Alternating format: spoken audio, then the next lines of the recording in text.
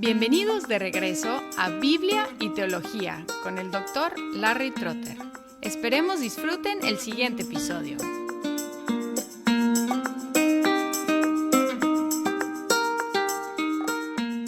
Hasta ahora, nuestro episodio más popular fue la edición especial para Viernes Santo. El ingeniero Arturo Pérez compartió conmigo las reflexiones sobre las 7 palabras de Jesús desde la cruz. En nuestra primera entrevista me da mucho gusto tener a Arturo conmigo. Originario de la República Dominicana, actualmente Arturo Pérez vive en el sur de Florida con su esposa e hija. Es miembro del Consejo de Directores de Knox Theological Seminary, el Seminario Teológico Knox, donde obtuvo su grado de maestría en estudios bíblicos y teológicos.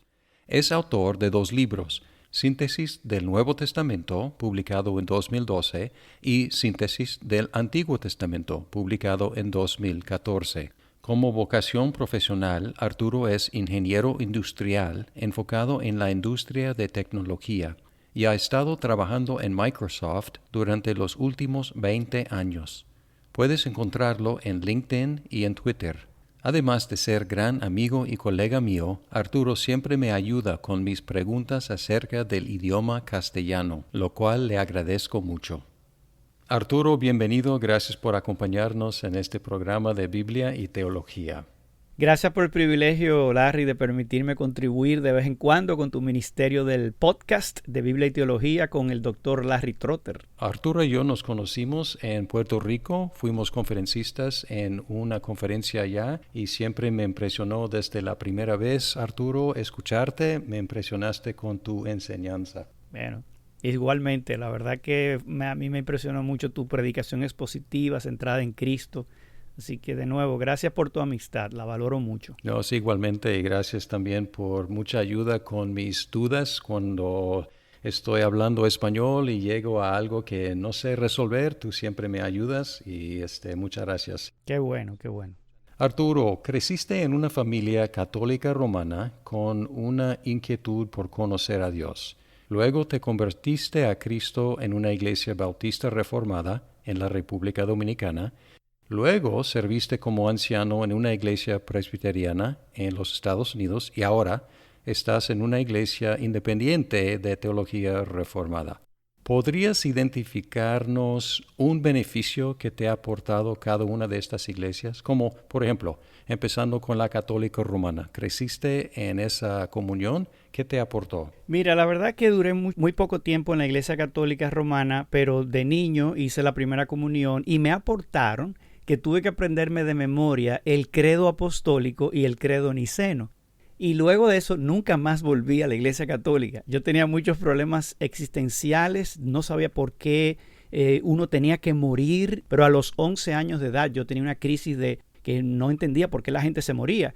Y al final del día, bueno, cuando tenía 16 años, fui invitado a esta iglesia evangélica. Entonces, la Iglesia Católica básicamente me aportó el credo niceno y el credo apostólico y el Padre Nuestro. Y esas conexiones uno las hace luego, más adelante. Entonces, la Iglesia Evangélica era una iglesia evangélica que posteriormente se hizo bautista reformada. Ahí ellos le daban mucha importancia a la escritura como la palabra de Dios. Entonces, siendo yo un adolescente, debía conocer todos los libros de la Biblia, memorizarla, estudiarla. Eso fue lo más importante, pero ellos también usaban credos y confesiones y ahí también tenía que estudiar la Confesión de Fe de Londres de 1689, que es una confesión basada en la de Westminster. Y otra cosa que me aportó esta iglesia es que también eran muy bivocacionales. Tú no tienes que ser dedicado al ministerio a tiempo completo para servir. Entonces, cada persona allí, arquitecto, constructor, albañil, contador, ingeniero, estábamos en la obra del ministerio. Entonces, era una iglesia muy evangelística. Entonces, ahí duré 24 años de mi vida en República Dominicana. Me mudé a los Estados Unidos porque trabajaba en Microsoft y todavía sigo trabajando allí hasta el día. Y entonces ahí estuve en otras iglesias donde, como tú decías, estuve en esta iglesia de Coral Ridge, una iglesia reformada presbiteriana, donde fui sorprendido por la gracia de Dios otra vez no es que uno se convierte de nuevo, pero es que cuando escuchas el evangelio te emocionas. Y hubo una experiencia interesante en esa iglesia donde llegué a ser elder, anciano, en la iglesia de Coral Ridge. Y como tú dices, luego por el ministerio estoy ahora en una iglesia de mi comunidad más cercana, que es independiente y también reformada. Y esta gente me han enseñado más la parte de el Espíritu Santo, la importancia de uno guiarse por la voz del Espíritu. Pero yo sigo con todo mi fundamento reformado, basado en estas confesiones y credos. También he aprendido en general eso, que uno puede sacar una sola pequeña iglesia y comparar eso con la diversidad del reino de Dios, que tiene 30,000 denominaciones distintas. Entonces, básicamente eso podría decir. Muchas gracias, muy interesante. Y dijiste que tú creciste con una inquietud por la cuestión de la muerte. ¿Nos podrías platicar más de eso? Sí, mira, por alguna razón que yo ignoro, porque no me pasó ninguna crisis específica, no que se murió alguien en mi familia ni nada, pero a esa edad tan temprana yo comencé a cuestionarme, me di cuenta que la gente se muere y yo fui enfrentado por esa solemne realidad de que voy a morir un día. Y yo lloraba solo en mi cama pensando que un día me iba a morir y yo no sabía qué iba a pasar conmigo. Yo simplemente sabía que iba a cesar de existir, digámoslo así, y yo no tenía idea de qué iba a pasar, pero esa sensación me sofocaba. Y hablé con mi madre. Ella no era religiosa, ella es muy artista y pintora de cuadros y decoración, pero ella pensó que yo me sentía enfermo y me llevó a mi pediatra, y mi pediatra me examinó y me dijo: Arturo, tienes toda tu vida por delante, ¿por qué te preocupas por eso? Pero yo tenía solamente 11 años, no tenía la capacidad filosófica de explicarle a mi pediatra que mi problema no era que yo me sentía enfermo, sino que aunque durara hasta los 70 años de edad, iba a morir, y yo no tenía una solución para ese problema, y eso me inquietaba mucho. Entonces el consejo de mi pediatra, mi familia, fue que me dieran placeres como diversión, deportes, música. Me encanta la música y toco algunos instrumentos musicales. Entonces me despejaban la mente y fueron cauterizando mi conciencia ante esa realidad.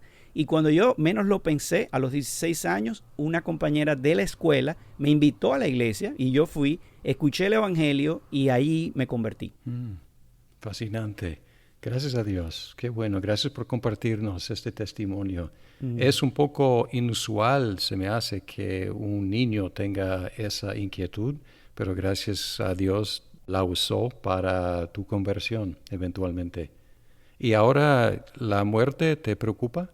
Mira, es interesante la pregunta de que si me sigue preocupando. La respuesta es que no, pero no fue que en ese momento histórico, a los 16 años, cuando yo me convertí, no me preocupaba tanto, pero más adelante yo tuve diferentes etapas en mi vida como cristiano donde me preocupaba el tema, porque como creyente yo nunca dudé de la existencia de Dios, nunca dudé de que Él es el Salvador de los pecadores, pero yo me veía tan pecador que pensaba que quizás Dios no me eligió a mí. Y por esa razón también me pasó que a los 30 años de edad vi como un vecino mío asesinó con un disparo a otro vecino en un altercado, en una discusión. Yo fui testigo de ese juicio y todo eso, y lo vi morir ahí delante de mí. Entonces eso me trajo otra vez ese pensamiento de que yo pude haber sido esa persona que haya muerto allí, y al pensar en eso tenía esa duda existencial de que Dios está ahí, pero a lo mejor decidió no elegirme. Y Él justamente, soberanamente, me puede enviar al infierno y yo no puedo alegar nada. Y eso me aterraba. Entonces, leyendo a Juan Bunyan en El Progreso del Peregrino, me vi retratado en la imagen donde Cristiano se apartó de la palabra de Dios y cayó en el castillo de la duda, donde el gigante de la desesperación le daba golpes y él estaba ya casi muriéndose en el castillo de la duda, hasta que allí se dio cuenta que en su bolsillo él tenía una llave que abría el calabozo, y esa llave tenía grabada la frase de la promesa de Dios. Y eso me pasó a mí cuando yo en esa situación comencé a recordar la promesa de que Cristo murió por mí. Entonces fui liberado de ese castillo de la duda y volví a tener gozo. Pero yo tenía 30 años, como digo, cada 10 años me da una crisis distinta. Cuando tenía 40, que volví a Estados Unidos, todavía seguían algunas dudas existenciales así. Y yo pensaba, mira, o yo no soy cristiano o yo no entiendo bien la teología. Y ahí fue donde, por la gracia del Señor, llegué a esta iglesia de Coral Ridge Presbyterian Church en Fort Lauderdale. Y allí, el predicador que estaba allí predicando en ese momento histórico, él tenía un énfasis en predicar el evangelio a los cristianos. Porque yo, como pecador que soy, cristiano y pecador, me olvido de que Cristo murió por mis pecados para liberarme, para que yo ande en esas obras que Él preparó para mí de antemano. Pero yo estaba más enfocado. Yo pensaba que la vida del cristiano se trataba de lo que yo tengo que hacer para Dios. Y me olvidé de que la vida del cristiano se trata de lo que Dios ya hizo por ti en Cristo. Y ese pensamiento te empodera, te libera y te ayuda a amar al prójimo, no enfocarte en ti.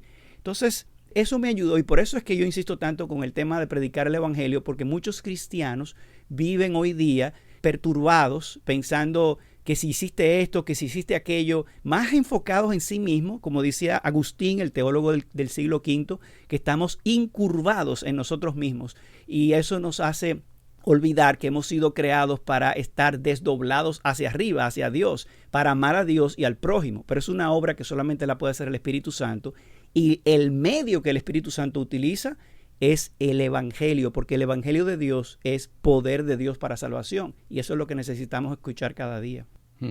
La doctrina de la elección se enfatiza en la teología reformada. Y tú experimentaste dos efectos de la doctrina de la elección. Por un lado, te preocupó, te dio terror, pero luego llegaste a tener consolación con esta doctrina. ¿Puede haber alguien escuchando este programa que tiene la misma lucha? ¿Qué recomendación tendrías para esa persona? Buenísima pregunta. El tema es que cuando tú te enfrentas a la doctrina de la gracia, lo primero que te encuentras es que Dios te salvó por gracia, y eso significa que vino la iniciativa, vino de Él, que Él es soberano.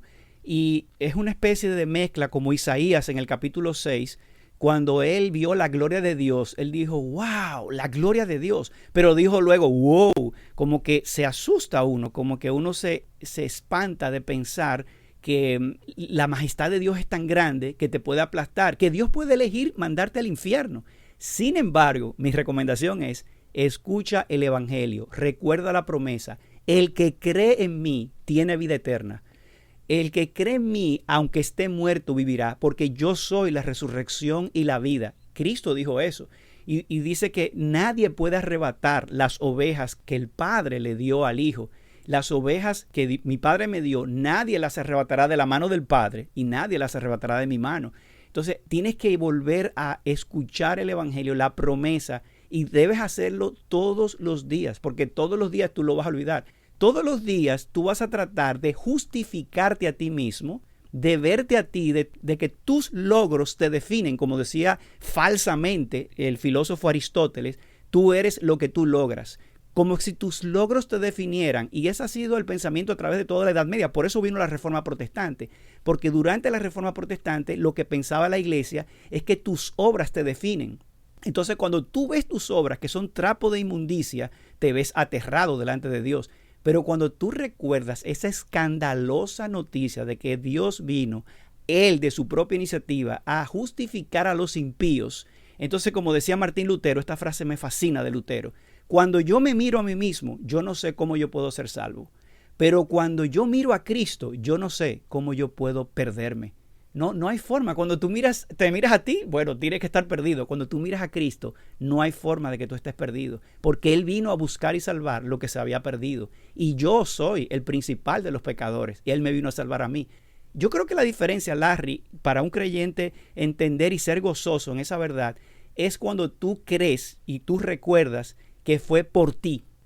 Todos los creyentes saben que Dios vino a salvar pecadores, pero todos pensamos en ellos, como bueno, sí, a los pecadores. Pero cuando tú sabes que a los pecadores de los cuales tú eres el primero, fue por ti que murió Cristo. Cuando Cristo fue crucificado en la cruz, en su omnisciencia, Él tenía el nombre tuyo y el nombre mío, porque Él soberanamente decretó todo desde la eternidad. Él eligió todo, y eso me da paz. Si dependiera de mí la salvación y de que fuera mi elección, yo estuviera perdido, porque mi corazón es pecador y yo voy a escoger siempre pecar contra Dios. Pero esa es la escandalosa noticia del Evangelio, que Él vino a salvar lo que se había perdido, que ya Él lo hizo, hecho está. Entonces eso me da consuelo. Hablar del Evangelio me emociona y por eso creo que es el tema que tenemos. No importa el libro de la Biblia que tú prediques, tienes que apuntar a la historia de la redención, porque la Biblia no se trata de gente buena que se están ganando las bendiciones de Dios, sino de gente mala que están recibiendo las bendiciones de Dios porque Cristo ya las pagó por ellos. Y esa es la buena noticia que nosotros proclamamos. Mencionaste que de todas partes de la Biblia, incluyendo el Antiguo Testamento, supongo, debemos predicar a Cristo. Amén. Pero ¿qué tal si es un libro que no menciona a Cristo? ¿Qué hacemos? Sí, la verdad es que eso me lo enseñaste tú, no sé por qué me lo preguntas. Pero yo me recuerdo una vez que tú y yo hablamos, una de las primeras veces, bueno, ya yo te conocí, obviamente, estábamos hablando ahí en un contexto así de teológico.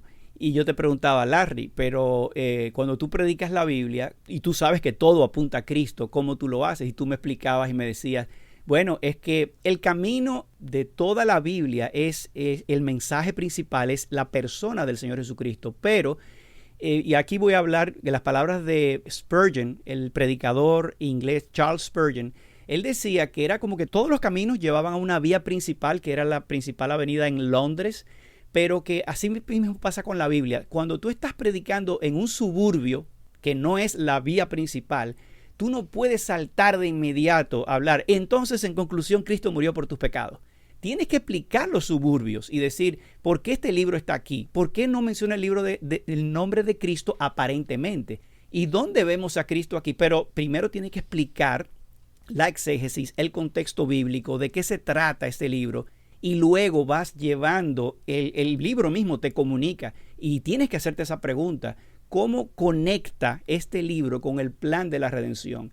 Y esa ha sido una de las más emocionantes aventuras de toda mi vida teológica, que he redescubierto la Escritura mirándolo a través de los ojos de Cristo. Y es que todo apunta. Si te vas desde Génesis, en Génesis 3:15, cuando la promesa, el protoevangelio, diciéndole, de tu simiente a la mujer, vendrá ese que aplastará la cabeza de la serpiente. Y ves la serpiente a través de toda la Biblia. En prototipos de anticristos como Faraón, que tenía una tiara, un sombrero donde tenía la serpiente, era un símbolo de la serpiente. Todos estos enemigos de Dios detrás del pueblo de Dios. Y cuando ves que Cristo le dice a Nicodemo en Juan capítulo 3, Nicodemo, así como Moisés levantó la serpiente de bronce, es necesario que el Hijo del Hombre sea levantado para que todo aquel que en él cree no se pierda, mas tenga vida eterna. Pero ¿por qué la serpiente? ¿Por qué Cristo se compara con la serpiente? Porque al que no conoció pecado, por nosotros Dios lo hizo pecado. Es decir, Cristo fue hecho maldición. Cristo fue hecho serpiente. Él se convirtió en la serpiente en ese momento en la cruz, maldición, recibiendo el pecado de nosotros para que nosotros fuésemos salvos. Él mató la muerte con su muerte. Ese es el evangelio y lo ves a lo largo de todo. O en la figura de Abraham en Génesis capítulo 22, cuando le dice a Dios a Abraham que sacrifique a Isaac. Vemos ahí un padre amante, un hijo único que él amaba, un sacrificio, una resurrección, porque dice Hebreos que él lo vio resucitar y que él confiaba que Dios es poderoso para resucitarlo. Pero en el Calvario vemos la misma figura, un padre amante, un hijo, un sacrificio, y nadie detuvo la mano de Dios. Dios mató a su hijo para que nosotros tuviéramos vida. Es en todos los lados que vas a ver el plan de la redención. Ahora, tu pregunta específica, ¿cómo hacer eso? Tienes que estudiar, obviamente, conocer la Biblia, conocerla y beberla, comerla, estar constantemente estudiándola, pero lo vas a ver con la ayuda del Señor, obviamente. En esta primera parte de mi conversación con Arturo Pérez, él nos conversó sobre su conversión a Cristo, cómo supera el miedo de la muerte y la condenación, la centralidad del Evangelio y la lectura cristocéntrica de la Biblia. En la segunda parte de esta conversación seguirá hablando con nosotros sobre recursos para profundizar nuestro entendimiento de lo cristocéntrico de la Biblia.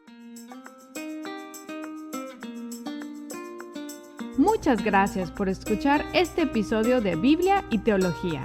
Esperamos que el programa sea de provecho para su vida. ¡Hasta pronto!